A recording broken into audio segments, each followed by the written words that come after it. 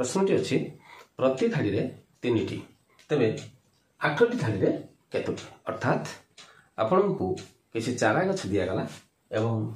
से चारा गछ तक आपण मात्र 8टी धाड़ी रे ताको सजेइबे एवं से धाड़ी रे आमे भाबुचंती जे 8 3 24टी चारा गछ दरकार खूब कम चारा गछ रे मध्य आमे प्रत्येक धाड़ी रे 3टी लेखाएं करी एवं 8टी धाड़ी रे सजेइ परिबा 8टी धाड़ी रे आमे केतोटी चारा गछ पाउचंती आमे कोन कले प्रथमे चारा गछ को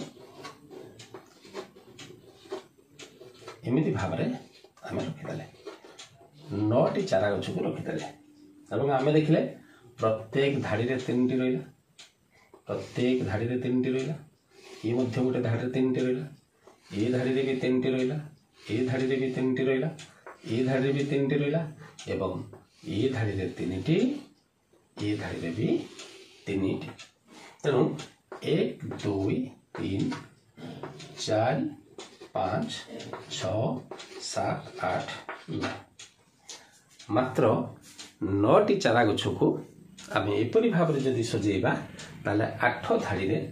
एगुड़िक प्रत्येक धाड़ी रे 3टी लेखाएं चारा गछ को सजै परिबा केमती लागिला ए ट्रिक टी